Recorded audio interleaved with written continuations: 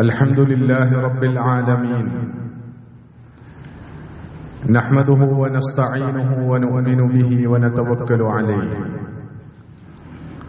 ونعوذ بالله من شرور أنفسنا ومن سيئات أعمالنا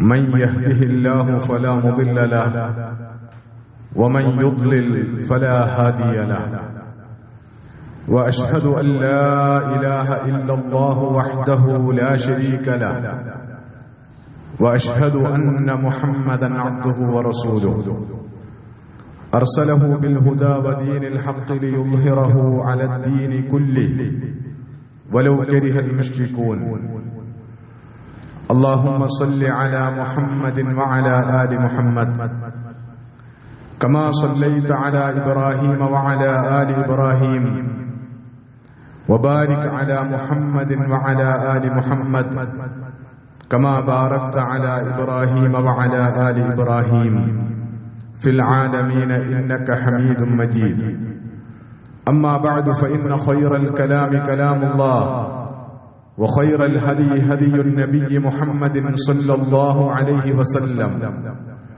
وشر الأمور محدثاتها وكل محدثة بدعة وكل بدعة ضلالة وكل ضلالة في النار أعاذني الله وإياكم من النار ألا لا إيمان لمن لا أمانة له ولا دين لمن لا عهد له عباد الله أوصيكم وإياي أولا بتقوى الله أعوذ بالله من الشيطان الرجيم بسم الله الرحمن الرحيم يا أيها الذين آمنوا اتقوا الله حق تقاته ولا تموتن إلا وأنتم مسلمون يا أيها الناس اتقوا ربكم الذي خلقكم من نفس واحدة وخلق منها زوجها وبث منهما رجالا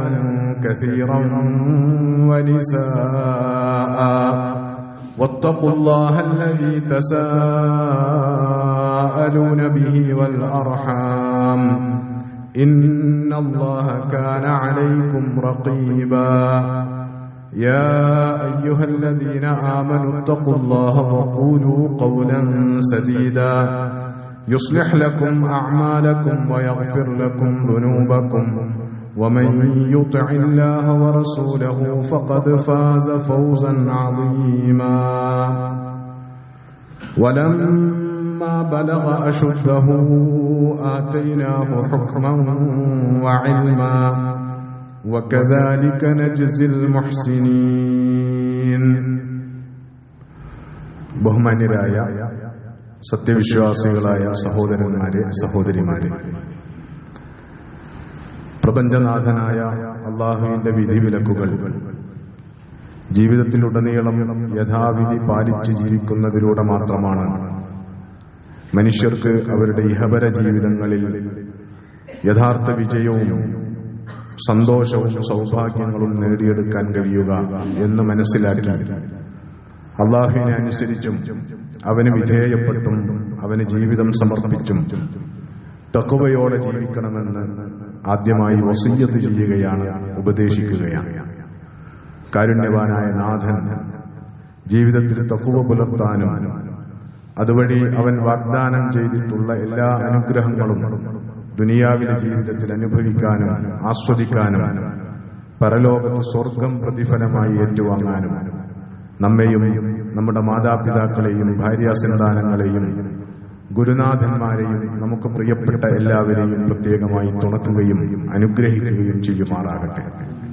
ജീവിതത്തിന്റെ വിവിധങ്ങളായ ആവശ്യങ്ങളെ മുൻനിർത്തി കാരുണ്യവാനായ നാഥനോട് നാം നിരന്തരമായി നടത്തിക്കൊണ്ടിരിക്കുന്ന പ്രാർത്ഥനകളൊക്കെയും അവൻ കബൂൽ ചെയ്ത് നമ്മെ അനുഗ്രഹിക്കുമാറാകട്ടെ. വിശുദ്ധ ഖുർആനിൽ അല്ലാഹു സുബ്ഹാനഹു വ തആല നഹ്നു നഖുസ്സു അലൈക അഹ്സനൽ ഖസസ്, നാം താങ്കൾക്കിതാ കഥകളിൽ ഏറ്റവും മനോഹരമായ കഥ പറഞ്ഞു തരികയാണ് എന്ന ആമുഖത്തോടെ റസൂലുള്ളാഹി സ്വല്ലല്ലാഹു അലൈഹി വസല്ലമക്ക് അവതരിപ്പിച്ചു കൊടുത്തിട്ടുള്ള ജീവിത കഥയാണ് മഹാനായ യൂസുഫ് നബി അലൈഹിസ്സലാമയുടേത്. ആ കഥയിലെ ഒരു കഥാസന്ദർഭം അല്ലെങ്കിൽ അതിലെ ഒരു സീൻ ഇങ്ങനെയാണ്: വലമ്മ ബലഗ അശുദ്ധഹു, അങ്ങനെ യൂസുഫിന് കരുത്തും ശക്തിയും യൗവനവുമൊക്കെ പ്രസരിപ്പിക്കുന്ന പ്രായമെത്തിയപ്പോൾ ആതൈനാഹു ഹുക്മൻ വ ഇൽമ, നാം അദ്ദേഹത്തിന് ബുദ്ധിയും അറിവും നൽകി. വകദാലിക നജ്സിൽ മുഹ്സിനീൻ, അപ്രകാരമാണ് നന്മ ചെയ്യുന്നവർക്ക് നാം പ്രതിഫലമേകുന്നത്. ബുദ്ധിശേഷിയും ജ്ഞാനത്തിനുള്ള അറിവ് നേടാനുള്ള തൗഫീഖും അത് അല്ലാഹു സുബ്ഹാനഹു വ തആല ഇഹ്സാനുള്ള മനുഷ്യർക്ക്, സുഹൃതം ചെയ്യുന്ന മനുഷ്യർക്ക് ദുനിയാവിൽ തന്നെ പ്രതിഫലമായി പ്രദാനം ചെയ്യുന്നതാണെന്ന് ആ ആയത്ത് സൂചിപ്പിക്കുന്നു. തുടർന്ന് ആ പ്രായമെത്തി ഇങ്ങനെയൊരു സാഹചര്യത്തിലെത്തിയപ്പോഴാണ് വറാവദത്ഹു അല്ലതി ഹുവ ഫീ ബൈതിഹാ അൻ നഫ്സിഹി, അവൻ അല്ലെങ്കിൽ യൂസുഫ് താമസിച്ചിരുന്ന വീട്ടിലെ സ്ത്രീ അവനെ വശീകരിച്ചത്, അല്ലെങ്കിൽ അവന്റെ പിന്നാലെ നടന്നത് എന്ന് മാത്രമല്ല, ഒരു സന്ദർഭത്തിൽ വീട്ടിൽ ആരുമില്ലെന്ന് ഉറപ്പുവരുത്തിയതിന് ശേഷം വഗല്ലഖത്തിൽ അബ്വാബ്, ആ സ്ത്രീ ആ വീടിന്റെ വാതിലുകളൊക്കെയും കൊട്ടിയടച്ചു. വഖാലത് ഹൈതലക, എന്നിട്ടവൾ അവനോട് അല്ലെങ്കിൽ യൂസുഫ് നബി അലൈഹിസ്സലാമയോട്, നീ എന്നിലേക്ക് വാ, ഞാൻ നിനക്ക് വേണ്ടി അണിഞ്ഞൊരുങ്ങി നിൽക്കുകയാണെന്ന് മാടി വിളിച്ചു. യൂസുഫ് എന്ന് പറയുന്ന ചെറുപ്പക്കാരന് ആ അവിഹിതമായ ലൈംഗിക വീഴ്ചയിലേക്കുള്ള ക്ഷണത്തിന് വഴങ്ങാൻ, ആ മ്ലേച്ഛ വൃത്തിക്ക് വഴങ്ങാൻ ഒന്നിലധികം കാരണങ്ങൾ യഥാർത്ഥത്തിലുണ്ടായിരുന്നു. ഒന്നാമത്തെ കാരണം, അദ്ദേഹം ലൈംഗികാഭിനിവേശം, ലൈംഗികതയോടുള്ള താല്പര്യം നിയന്ത്രണം വിട്ടുപോകുന്ന പ്രായത്തിലുള്ള അവിവാഹിതനായ ഒരു ചെറുപ്പക്കാരനായിരുന്നു എന്നതാണ്. മറ്റൊന്ന്, അദ്ദേഹം തന്നെ ആരും തിരിച്ചറിയാൻ സാധ്യതയില്ലാത്ത വിധം തന്റേതല്ലാത്ത ഒരു നാട്ടിൽ അപരിചിതനായി കഴിഞ്ഞുകൂടുന്ന ഒരു സാഹചര്യമാണ് ഉണ്ടായത്. താൻ അങ്ങനെയൊരു വേണ്ടാധീനം ചെയ്താൽ പോലും അപമാനത്തിനിരയാകാൻ പോകുന്നില്ല, കാരണം തന്നെ ആരും അറിയുകയില്ല ഈ നാട്ടിൽ. തന്റെ നാട്ടുകാർക്കിടയിൽ, താൻ അറിയുന്നവർക്കിടയിലല്ല താൻ അങ്ങനെ ഒരു വേണ്ടാത്തരം ചെയ്യുന്നത്. എന്ന് മാത്രമല്ല, മറ്റൊരു കാരണം, അവനെ അങ്ങനെ അവിഹിതമായ ഒരു ലൈംഗിക ബന്ധത്തിന് പ്രേരിപ്പിക്കുകയും നിർബന്ധിക്കുകയും ചെയ്യുന്നത് യൂസുഫ് അടിമയായി ജീവിക്കേണ്ടി വന്ന ഒരു യജമാനത്തിയുടെ താൽപര്യപ്രകാരമാണ്. ആ മ്ലേച്ഛവൃത്തിയിലേക്ക് അവനെ ക്ഷണിച്ചത് അവന്റെ യജമാനത്തി തന്നെയാണ്. ഒരു പരിചാരകനെ സംബന്ധിച്ചിടത്തോളം, പ്രത്യേകിച്ചും ഒരടിമയെ സംബന്ധിച്ചിടത്തോളം, യജമാനനോ യജമാനത്തിക്കോ വഴങ്ങുക എന്നതല്ലാത്ത ഓപ്ഷനൊന്നുമില്ലാത്ത, അല്ലെങ്കിൽ അങ്ങനെ വഴങ്ങിയാൽ ആർക്കും കുറ്റം പറയാൻ കഴിയാത്ത സാഹചര്യമാണുള്ളത്. യജമാനത്തിയെ അനുസരിച്ച് അവർക്ക് വഴങ്ങിയാൽ അത് ജീവിതത്തിൽ ധാരാളം നേട്ടങ്ങൾക്ക് കാരണമാകും. അതല്ല, വഴങ്ങാതിരിക്കുകയാണെങ്കിൽ അത് ജീവിതത്തിൽ വലിയ ദുരിതങ്ങൾക്കും മർദ്ദന പീഡനങ്ങൾക്കും ശിക്ഷകൾക്കും കാരണമാകും. ആ വശം പരിശോധിച്ചാലും യൂസുഫിന് ആ വിളിക്കുത്തരം ചെയ്യാൻ ആണ് കാരണമുണ്ടായിരുന്നത്. എന്ന് മാത്രമല്ല, ആ സ്ത്രീ ഏതോ വിരൂപയായ ഏതോ താല്പര്യം ജനിക്കാത്ത, ലൈംഗികമായ ഒരു അഭിനിവേശവും ഒരു പുരുഷന് തോന്നാത്ത ഏതോ ഒരു സ്ത്രീയായിരുന്നില്ല. ആ നാട്ടിലെ വളരെ സൗന്ദര്യവും തറവാടിത്വവുമുള്ള ആ നാട്ടിലെ പ്രഭുവിന്റെ ഭാര്യ കൂടിയായിരുന്നു ആ വേണ്ടാധീനത്തിന് അദ്ദേഹത്തെ ക്ഷണിച്ചത് എന്നതാണ് യാഥാർത്ഥ്യം. മറ്റൊരു കാരണം കൂടിയുണ്ട്. സാധാരണഗതിയിൽ മനുഷ്യപ്രകൃതമനുസരിച്ച് ഇങ്ങനെ ഉള്ള ഒരു കാര്യത്തിന് വേണ്ടി മുൻകൈയെടുക്കുകയും പിന്നാലെ നടക്കുകയും ചെയ്യുക പുരുഷൻ സ്ത്രീയുടെ പിന്നിൽ എന്ന മട്ടിലാണ്. ഇവിടെ നേരെ തിരിച്ച്, അല്ലെങ്കിൽ നേരെ തിരിച്ചാകുമ്പോൾ സ്ത്രീ അങ്ങനെ ഒരു അവിഹിത ബന്ധത്തിന് മുൻകൈയെടുക്കുന്നു എന്ന് വരുമ്പോൾ, സ്ത്രീ അതിനുവേണ്ടി ഒരു പുരുഷനെ മാടി വിളിക്കുന്നു എന്ന് വരുമ്പോൾ, ഒരു പുരുഷൻ അതിന് വഴങ്ങാനുള്ള സാധ്യത വളരെ കൂടുതലാവുകയാണ് ചെയ്യുക. ഇങ്ങനെ വിവിധങ്ങളായ കാരണങ്ങളാൽ താൻ വിളിക്കപ്പെട്ട ഒരു മ്ലേച്ഛവൃത്തിക്ക് വിധേയപ്പെട്ടു പോകാൻ, അവിഹിതമായ ഒരു ലൈംഗിക ബന്ധത്തിന് അതിൽ പെട്ടുപോകാൻ ഉള്ള കാരണങ്ങൾ ധാരാളം യൂസുഫ് പ്രവാചകനെ സംബന്ധിച്ചിടത്തോളം ഉണ്ടായിരുന്നു. പക്ഷേ അതിന് വഴങ്ങുന്നതിന് പകരം ഖാല മആദല്ലാഹ്, അദ്ദേഹം ഞാൻ അല്ലാഹുവിൽ അഭയം തേടുന്നു എന്ന് പറഞ്ഞ് അതിൽ നിന്ന് രക്ഷ തേടുകയാണ് ചെയ്തത്. അതിന് വഴങ്ങിക്കൊടുക്കാതിരിക്കുകയാണ് ചെയ്തത് എന്ന് മാത്രമല്ല, അല്ലാഹുവിനെ കുറിച്ചുള്ള ഓർമ്മ മാത്രമല്ല അദ്ദേഹം ആ ഘട്ടത്തിൽ പ്രഖ്യാപിച്ചത്. അദ്ദേഹം ഇങ്ങനെ കൂടി പറഞ്ഞു, ഇന്നഹു റബ്ബി അഹ്സന മസ്വായ ഇന്നഹു ലാ യുഫ്ലിഹുൽ ളാലിമൂൻ. എന്റെ യജമാനനാണ്.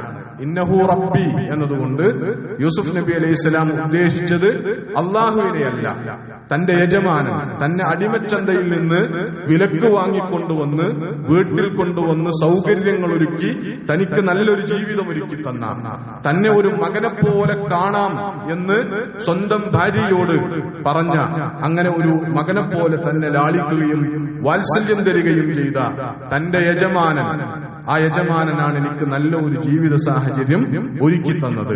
ഞാൻ ഒരിക്കലും അതിനോട് നന്ദികേട് കാണിക്കാൻ പാടില്ലാത്തതാണ്. അദ്ദേഹം എന്നെ അദ്ദേഹത്തിന്റെ വീട്ടിൽ വിശ്വസിച്ചേൽപ്പിച്ചതാണ്. ആ കാര്യത്തിൽ, അദ്ദേഹത്തിന്റെ വീടിന്റെ കാര്യത്തിൽ, അദ്ദേഹത്തിന്റെ ഭാര്യയുടെ കാര്യത്തിൽ ഞാൻ വഞ്ചന കാണിക്കാൻ പാടില്ലാത്തതാണ്. കാരണം ഇന്നഹു ലാ യുഫ്ലിഹുൽ ളാലിമൂൻ, അങ്ങനെ ഞാൻ ചെയ്താൽ അതിന് മാത്രം വലിയ ദുൽമ്, അക്രമം മറ്റൊന്നുണ്ടാവുകയില്ല. അങ്ങനെ അക്രമം കാണിക്കുന്നവർക്ക് ജീവിതത്തിൽ വിജയമുണ്ടാവുകയില്ല എന്നും ആണ് യൂസുഫ് നബി അലൈഹിസ്സലാം പ്രഖ്യാപിച്ചത് എന്ന് നമുക്ക് കാണാൻ പറ്റുന്നതാണ്. ഈ സംഭവകഥ ഇങ്ങനെ മുന്നോട്ട് പോയതിനു ശേഷം അതിന്റെ തുടർ സംഭവത്തിൽ നമുക്കുണ്ടാകുന്ന കൂടുതൽ എന്ന് പറഞ്ഞാൽ വളരെ ശക്തമായ പ്രലോഭനങ്ങൾ ഉണ്ടായിട്ടും അനുകൂലമായ സാഹചര്യങ്ങൾ ഉണ്ടായിട്ടും വഴങ്ങിക്കൊടുക്കുവാൻ ന്യായങ്ങൾ ഉണ്ടായിട്ടും യൂസുഫ് പ്രവാചകൻ ഒരു വേണ്ടാധീനത്തിന്, ലൈംഗികമായ അവിഹിതമായ ഒരു ബന്ധത്തിന് വഴങ്ങിയില്ല. എന്തുകൊണ്ട് യൂസുഫ് പ്രവാചകനെ അങ്ങനെ സാധ്യമായി എന്നതിന്റെ ആമുഖമാണ് അല്ലാഹു സുബ്ഹാനഹു വ തആല വിശുദ്ധ ഖുർആനിൽ അതിന് തുടക്കത്തിലുള്ള ആയത്തിൽ സൂചിപ്പിച്ചിട്ടുള്ളത്. വആതൈനാഹു ഹുക്മൻ വഇൽമ, ബുദ്ധിയും ആ ബുദ്ധിയുടെ അടിസ്ഥാനത്തിൽ വിവേകവും ജ്ഞാനവുമുള്ള ഒരാൾക്കും അങ്ങനെ വഴങ്ങാൻ കഴിയില്ല. അയാൾക്ക് അല്ലാഹുവിനെ മറന്ന്, ദൈവത്തെ മറന്ന്, മനുഷ്യരുമായുള്ള ബന്ധങ്ങളിലുള്ള അമാനത്തിനെ മറന്ന് പെരുമാറാൻ കഴിയില്ല എന്നതാണ് അതിലൂടെ പഠിപ്പിക്കപ്പെടുന്നത്. ഈ സംഭവം മുന്നോട്ട് പോയിട്ട് വീണ്ടും പ്രലോഭനത്തിന്റെ ഭാഷ വഴി യൂസുഫ് വഴങ്ങില്ലെന്ന് കണ്ടപ്പോൾ ആ സ്ത്രീ പിന്നീടൊരു സന്ദർഭത്തിൽ അവർ അവനെ വെല്ലുവിളിക്കുകയും ഭീഷണിയുടെ സ്വരം മുഴക്കുകയുമാണ് ചെയ്തത്.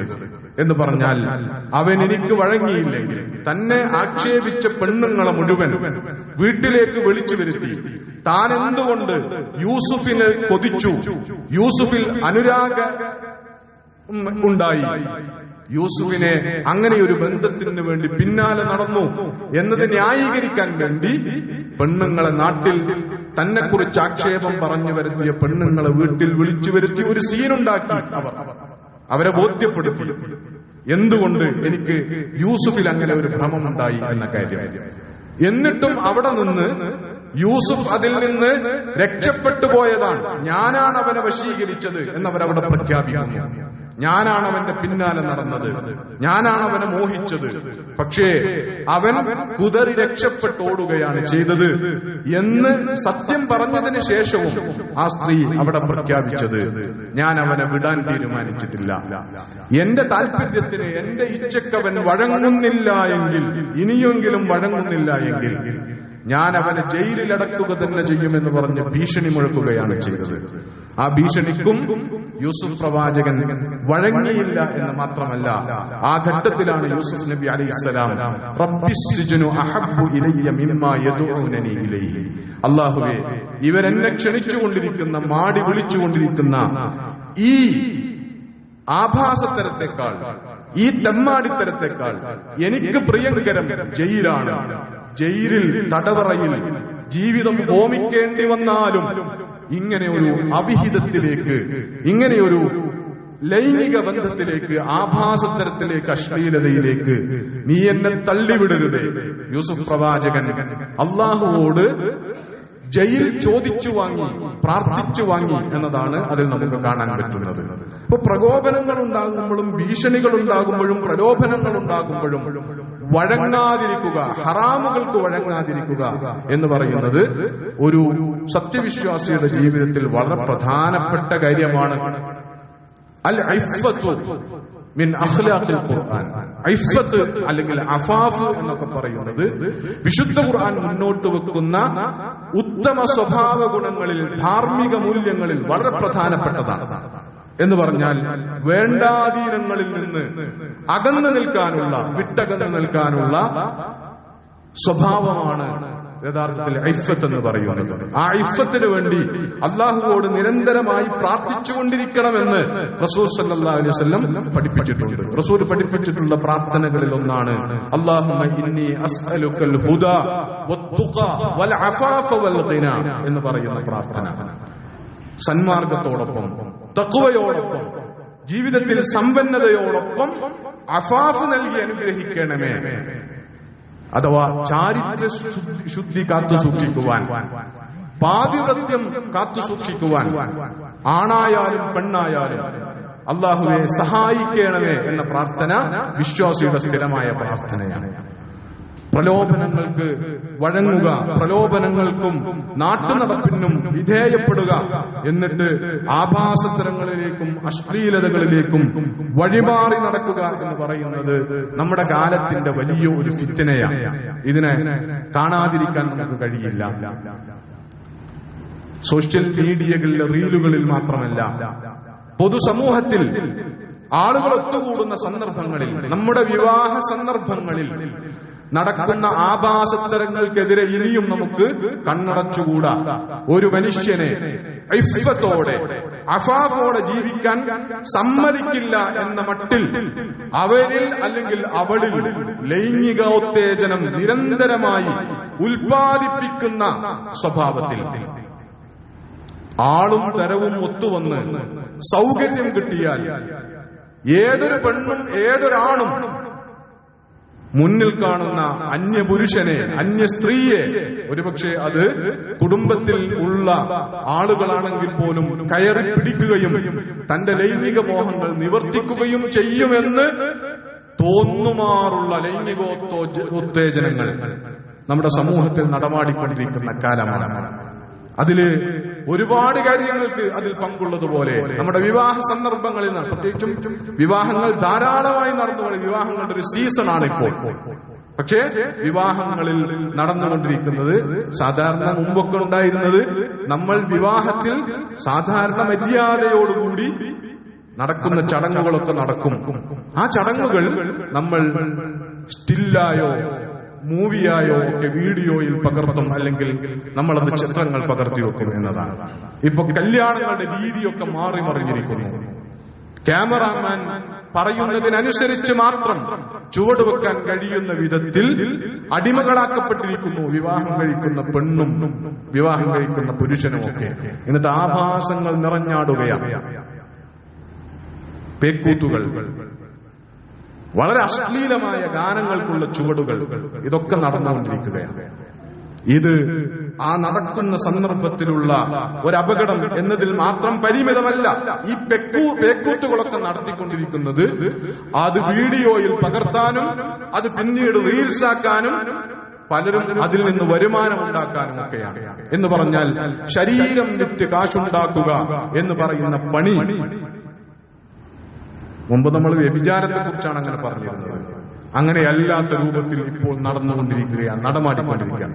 സാമൂഹ്യമായി ഇതുണ്ടാക്കുന്ന ആഘാതങ്ങൾ വളരെ വലുതാണ് എന്ന് നമ്മൾ വിസ്മരിക്കാൻ പാടില്ലാത്തതാണ്. ഡാൻസിന്റെ, നൃത്തമാടുന്നതിന്റെ ഇസ്ലാമികമായ വിധി എന്താണ് അറിയില്ലെങ്കിൽ നമ്മൾ പഠിക്കേണ്ടതാണ്.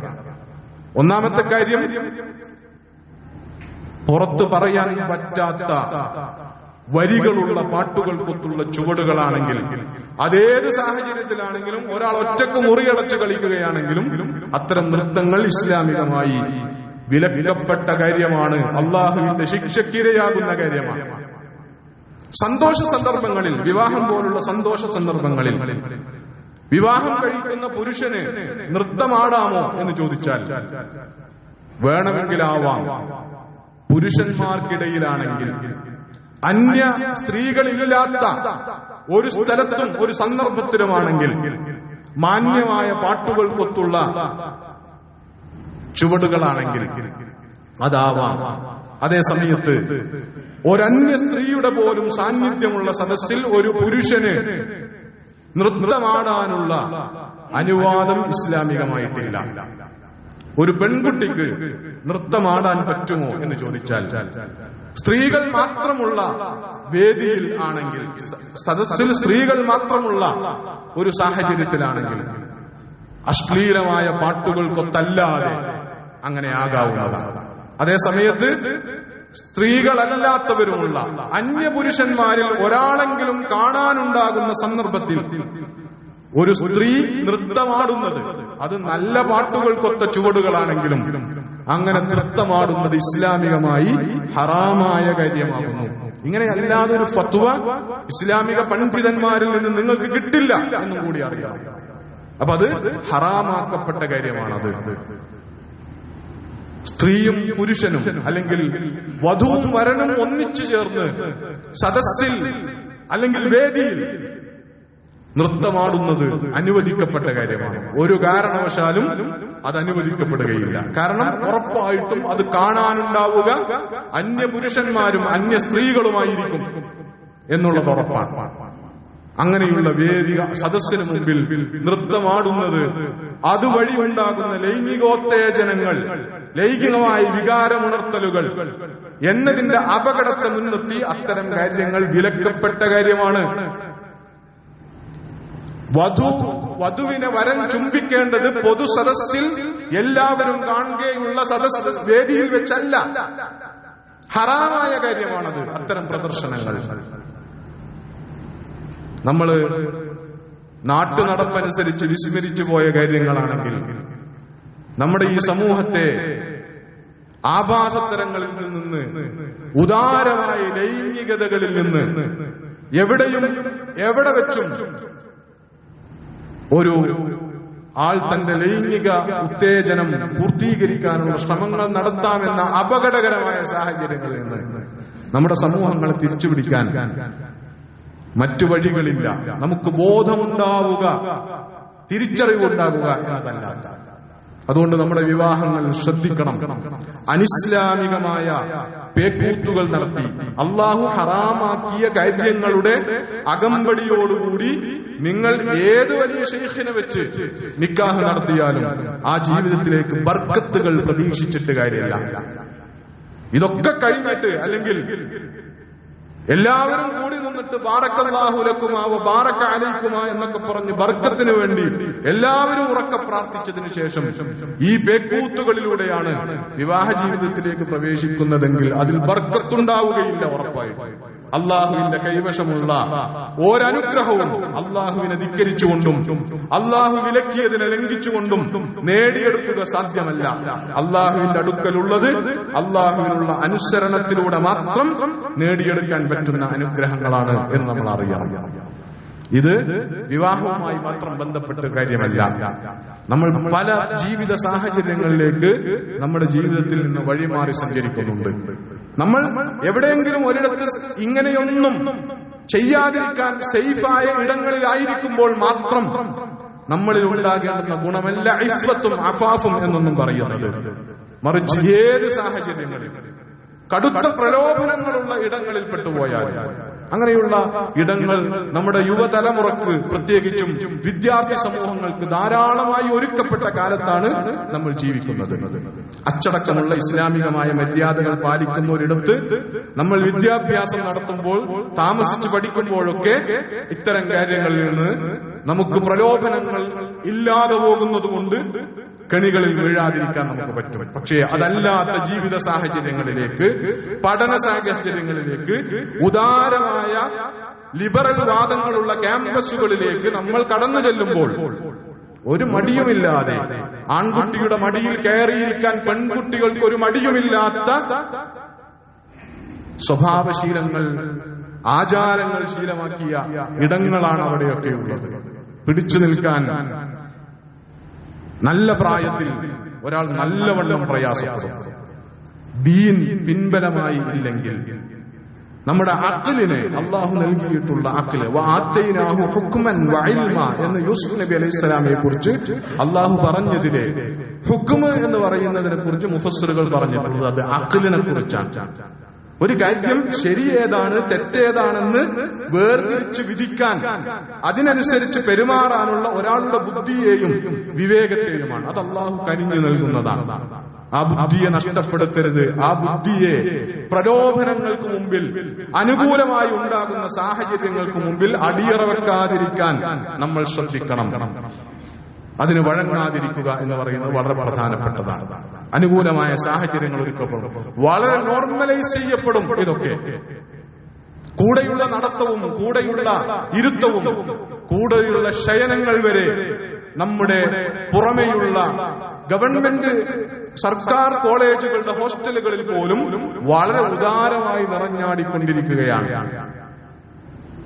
എന്ന് പറഞ്ഞാൽ പലയിടത്തും പെൺകുട്ടികളുടെ ഹോസ്റ്റലുകളിലേക്ക് ആൺകുട്ടികൾക്ക് കടന്നു ചെല്ലാൻ മാത്രമാണ് ഒരു സമയം കഴിഞ്ഞാൽ വിലക്കുള്ളത്.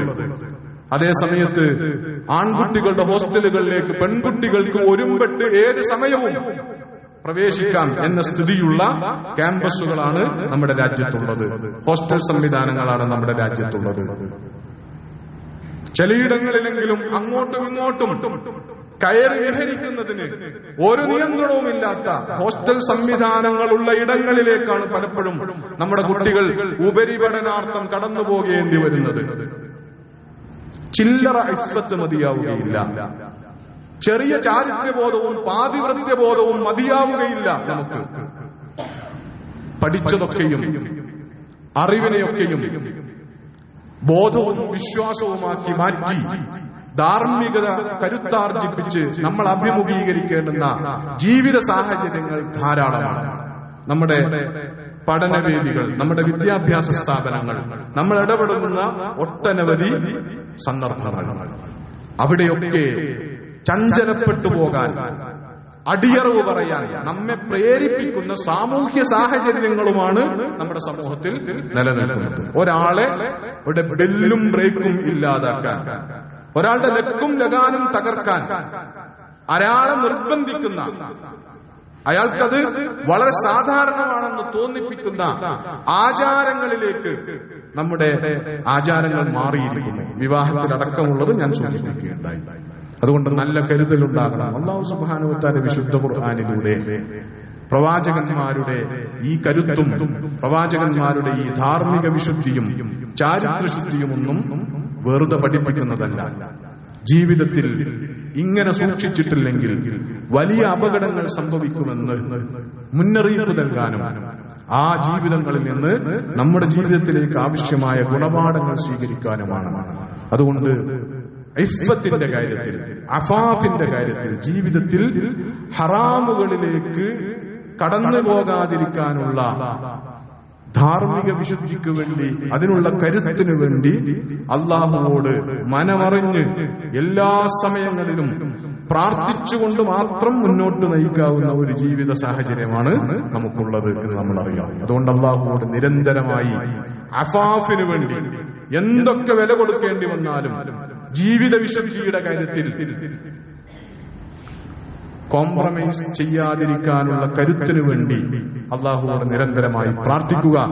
അല്ലാഹുമ്മ ഇന്നാ നസ്അലുക്കൽ ഹുദാ വത്തുഖാ വൽ അഫാഫ വൽ ഗിന വഅഖൂലു ഖൗലി ഹാദാ വഅസ്തഗ്ഫിറുല്ലാഹ ലീ വലക്കും വലിസായിരിൽ മുഅ്മിനീന ഫസ്തഗ്ഫിറൂഹു ഇന്നഹു ഹുവൽ ഗഫൂറുർ റഹീം.